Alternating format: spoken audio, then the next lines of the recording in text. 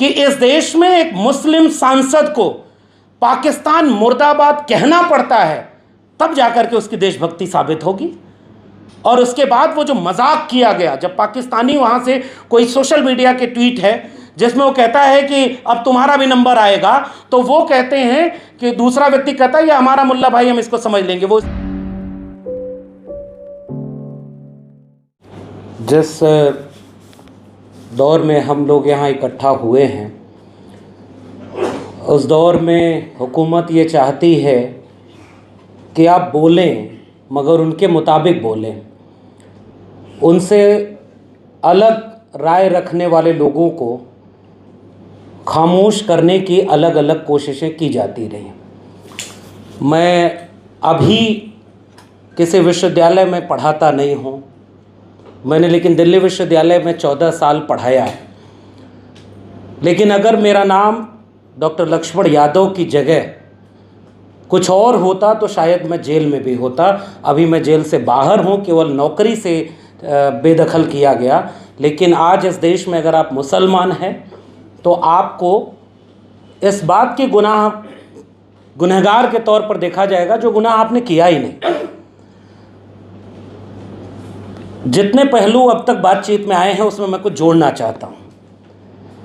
मसलन अब इस देश में जब सबको पता है कि कल के टीवी चैनल की डिबेट में महिला आयोग की चेयरपर्सन से पूछा गया और एक पत्रकार जिसने केवल एक सवाल पूछा, तकरीबन 10 से 11 मिनट तक पूछा कि हम भी पढ़े लिखे हैं, हमें वो शब्द या वो वाक्य बता दीजिए जो महिला विरोधी है या जो सेना का अपमान करता है। और वो चेयरपर्सन महिला आयोग की वो शब्द को नहीं बता पाई। फिर कल उन्होंने एक भारी भरकम प्रेस कॉन्फ्रेंस किया। आप उस प्रेस कॉन्फ्रेंस को सुने।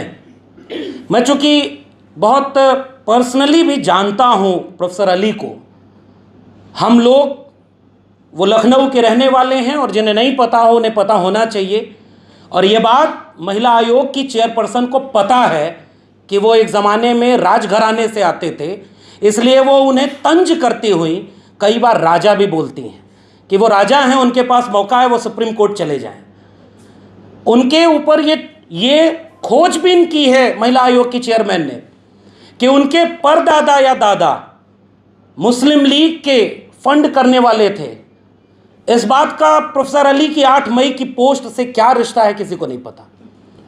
प्रोफेसर अली के पिता ने जब लोग बंटवारा हो रहा था और इस मुल्क को कबूल किया कि हम यहीं रहेंगे, एक ऐसे मुल्क में रहेंगे जिसमें एक आईन है, एक दस्तूर है, वो हिफाजत करेगा, वो मजहब की बुनियाद पर नहीं बना है।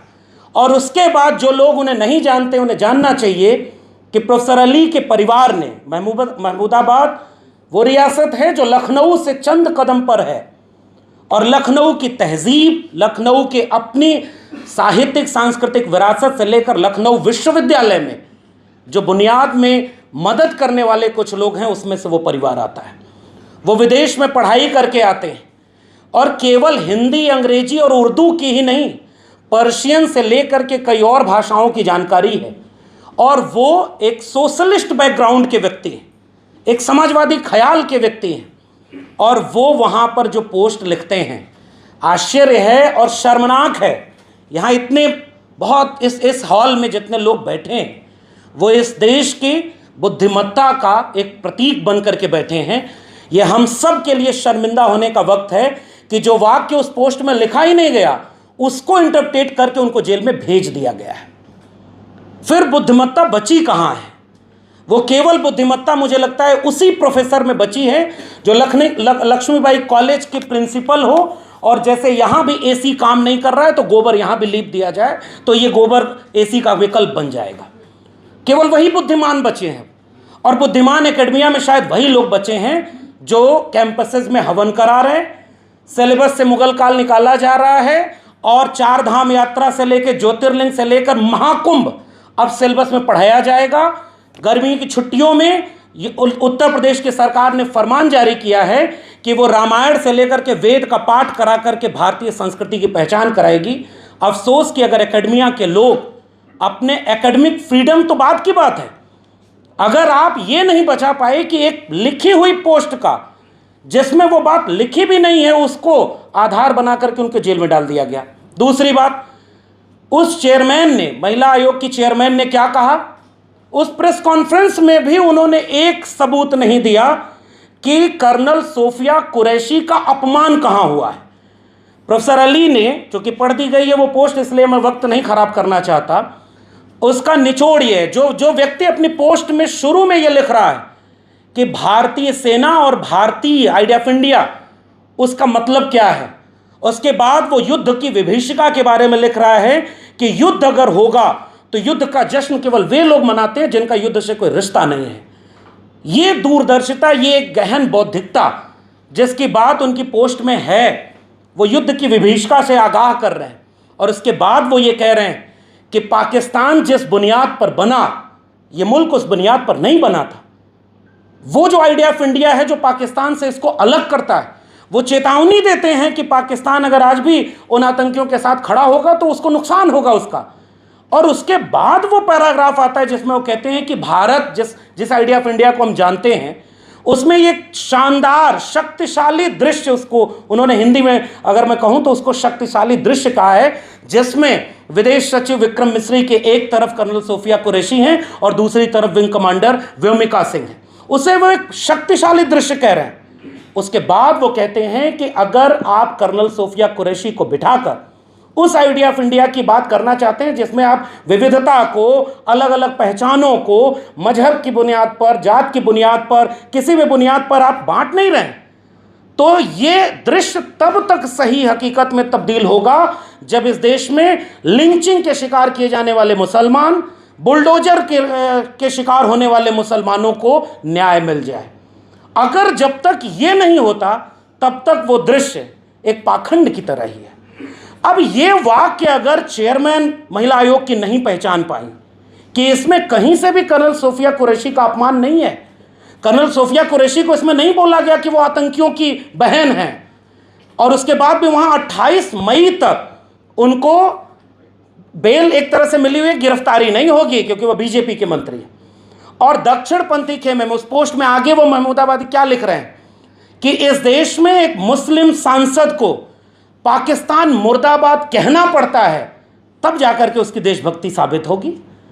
और उसके बाद वो जो मजाक किया गया, जब पाकिस्तानी वहां से कोई सोशल मीडिया के ट्वीट है जिसमें वो कहता है कि अब तुम्हारा भी नंबर आएगा, तो वो कहते हैं कि दूसरा व्यक्ति कहता है ये हमारा मुल्ला भाई, हम इसको समझ लेंगे। वो इसको कहते हैं कि ये है सांप्रदायिकता जो इस देश के गहरे पैठा दी गई है।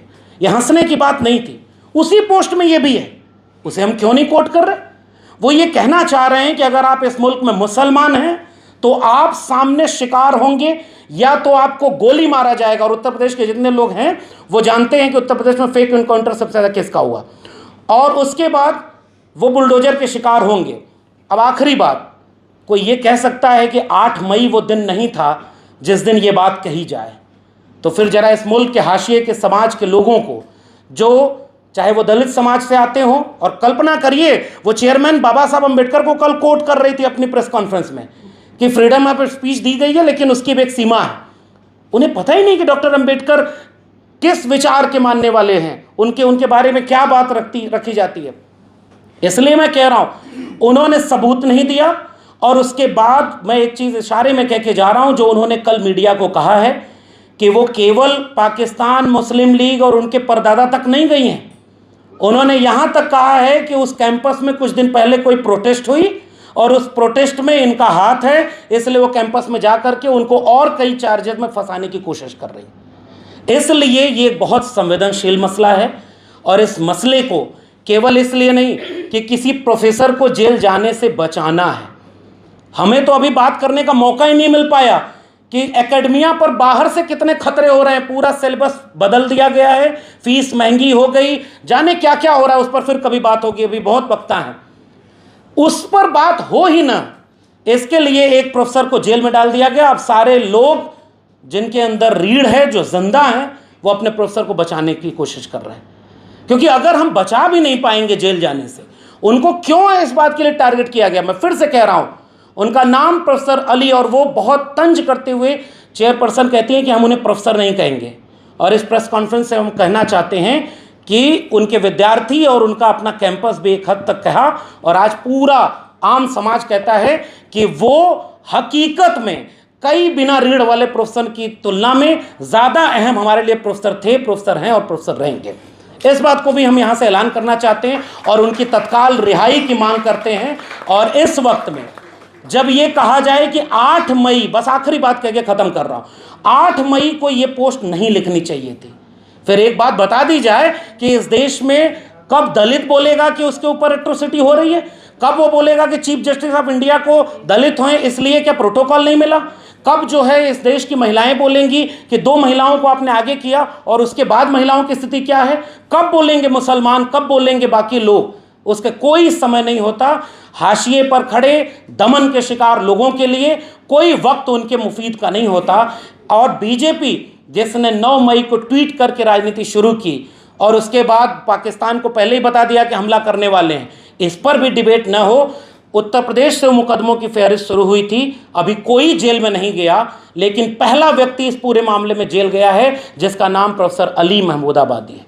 ये अपने आप में संकेत है कि बाकी लोग बोलिए नहीं, और अगर आप मुसलमान हैं तो बिल्कुल मत बोलिए। हम इस पूरी ताकत के साथ खड़े हैं कि इस मुल्क का हर बाशिंदा, चाहे वो किसी भी जात और धर्म का हो, चाहे वो अलग भी राय रखे, लेकिन उसको बोलने का हक बाबा साहब के संविधान ने दिया है। और उस संविधान के हिफाजत के तौर पर हम अपने प्रोफेसर के साथ खड़े हैं और आगे भी हम खड़े रहेंगे। बहुत बहुत शुक्रिया। खबरों में बने रहने के लिए फोरम 4 को सब्सक्राइब करें और नोटिफिकेशन पाने के लिए बेल आइकन दबाएं।